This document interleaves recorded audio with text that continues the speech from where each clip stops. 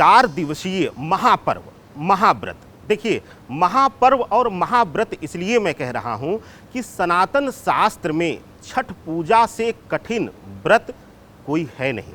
सभी कहते हैं एक दिन भूखा प्यासा रहने पर तो लोग तड़पने लगते हैं, अन्य व्रतों में यह 4 दिवसीय है, जिसमें कि हम 2 भागों में इसके 2 संभाग करके हम आप सबके सामने चर्चा करेंगे।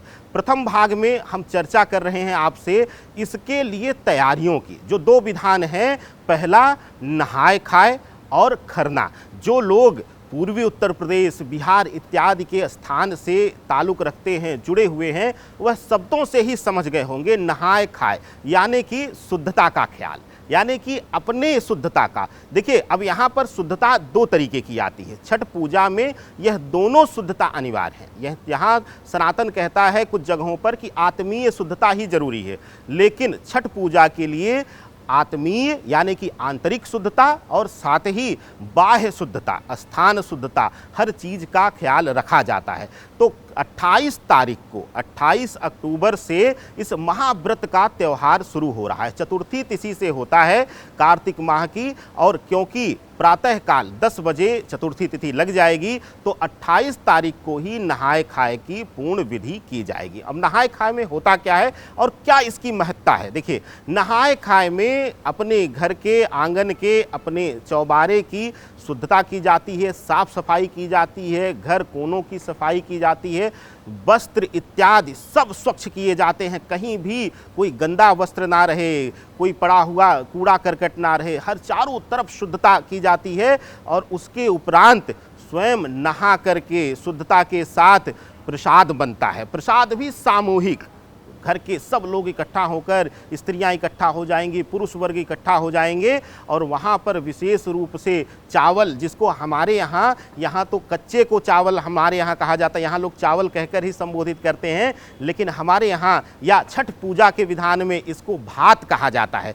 भात और लौकी की यानी कि घिया की सब्जी का पूर्ण विधान है। और इस तिथि में यह शुद्ध प्रसाद, देखिए घिया हुआ, सीताफल हुआ, इसको शुद्धता के रूप में लिया जाता है। कुम्हड़ा कहते हैं अपने यहाँ क्षेत्रीय भाषाओं में, घिया कहते हैं इसको। और घिया का प्रसाद, लौकी का प्रसाद हम लेते हैं, बनाते हैं, और परिवार सामूहिक रूप से खाता है। और इसी दिन से संकल्प लेता है आत्मीय शुद्धता का, बाह्य शुद्धता का, कि आज से हम कोई भी स्वाद के लिए भोजन नहीं करेंगे। आज से हम संकल्प लेते हैं कि सूर्य देवता छठ मैया को प्रसन्न करने के लिए, उनका शुभाशीष लेने के लिए हम सात्विक जीवन का निर्वाहन करेंगे, हम स्वाद का भोजन नहीं करेंगे। यही संकल्प आज की तिथि में होता है। इसके तदुपरांत शुरू होता है खरना।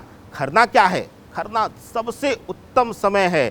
खरना कहा जाता है कि खरना के लिए उस दिन आप शुद्धता के साथ, परिवार के साथ, जो छठ पूजन में प्रसाद होना है, प्रसाद चढ़ना है, प्रसाद अर्पण होना है छठ मैया को या सूर्य देवता को, वह सब तैयारियां, फल और साथ ही साथ अनेकों प्रकार के पकवान, भोज शुद्धता पूर्वक बनाए जाते हैं। और मीठी खीर खा करके खरना के दिन यानी कि 29 अक्टूबर को संकल्प लेंगे व्रती कि अब आज से हम अब अन्न नहीं लेंगे, और अब हमारा निराजल कठिन व्रत आपके समर्पण में आरंभ होता है। यह संध्या बेला का भोजन करके, और ऐसा कहा जाता है कि सूर्यास्त के समय ही लोग भोजन ले लेते हैं, देर रात्रि तक भोजन नहीं लिया जाता है। तो आज 29 तारीख की तिथि में लोग खरना करेंगे, प्रसाद बनाएंगे, और उसके बाद मीठी खीर का भोजन करके संकल्प लेके छठ मैया को प्रसन्न करने के लिए, सूर्य देवता को प्रसन्न करने के लिए